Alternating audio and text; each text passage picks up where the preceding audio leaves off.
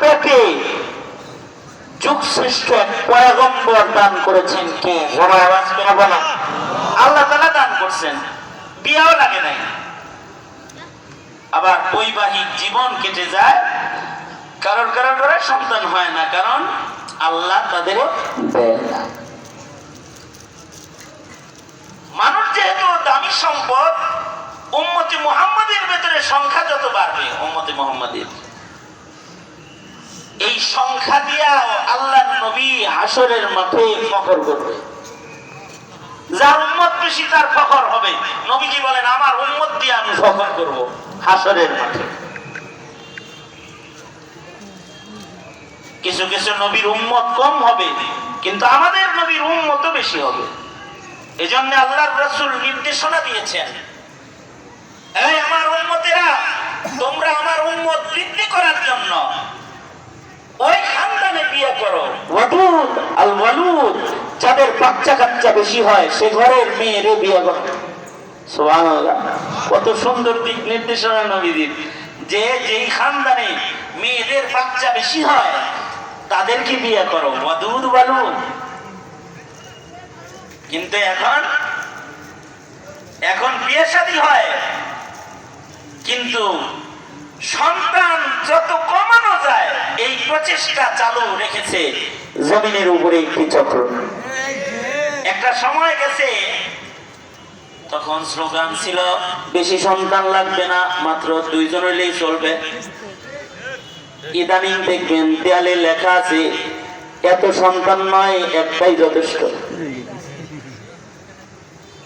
অথচ যত সন্তান সন্ততি হবে বলুন তো, রিজিক কে দেয়? মা বাবা সন্তানরে রিজিক দেয় নাকি রিজিক দেয় আল্লাহ? রাজ্জাক কে? জোরে আওয়াজ করে বলেন।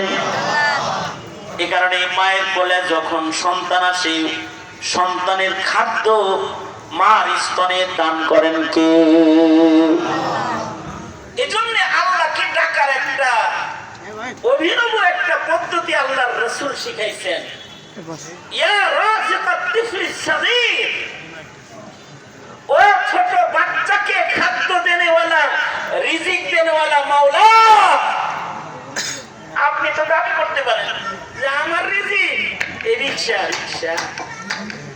মনে করেন কেউ রিকশা ভ্যান চালায়, সে বললো কি আমার রিজিক কি?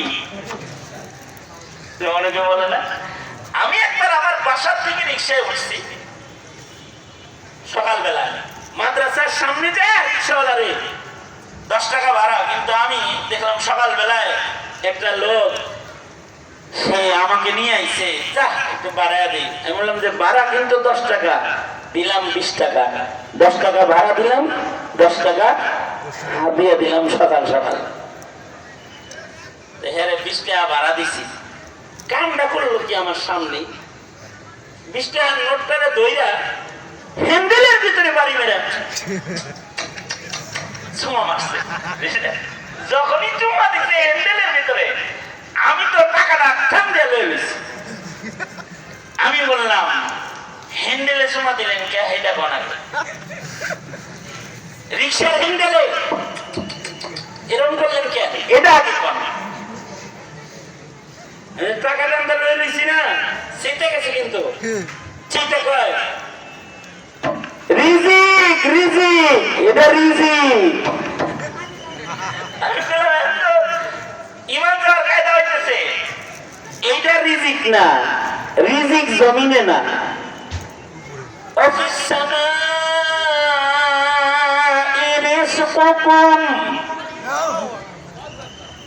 আমাদের রিজিক কি জমিনে নাকি আসমানে? জোরে বলেন। আর জোরে জোরে বলেন, জোরে জোরে বলেন কোথায়? রিজিক তো আসমানে। আল্লাহ তাআলা আসমান থেকে রিজিক জমিনে পাঠায়। জমিনে মানুষ যেরকম হয়, রিজিক জমিনে ওইরকম পাঠায়। দেখেন মানুষ বাড়তেছে তো রিজিক বাড়তেছে। রিজিক যদি না বাড়তো, তাহলে এক সময়ের বইয়ের ভিতরে লেখা ছিল 9 কোটি মুসলমানের দেশ বাংলাদেশ, এরপরে আছে 10 কোটি মুসলমানের দেশ বাংলাদেশ, এক সময় লেখা ছিল আরো বেশি, এখন আইতে আইতে কত হয়েছে? হ্যাঁ, ডবল হয়েছে না? 18 কোটি মানুষ কিভাবে থাকবে? আল্লাহ তাআলা মানুষের মাথায় বুদ্ধি দান করেছেন, বুদ্ধি দিচ্ছেন। এখন 5% জমিন রে 5-10-এ 50% বানানোর বুদ্ধি দিচ্ছে।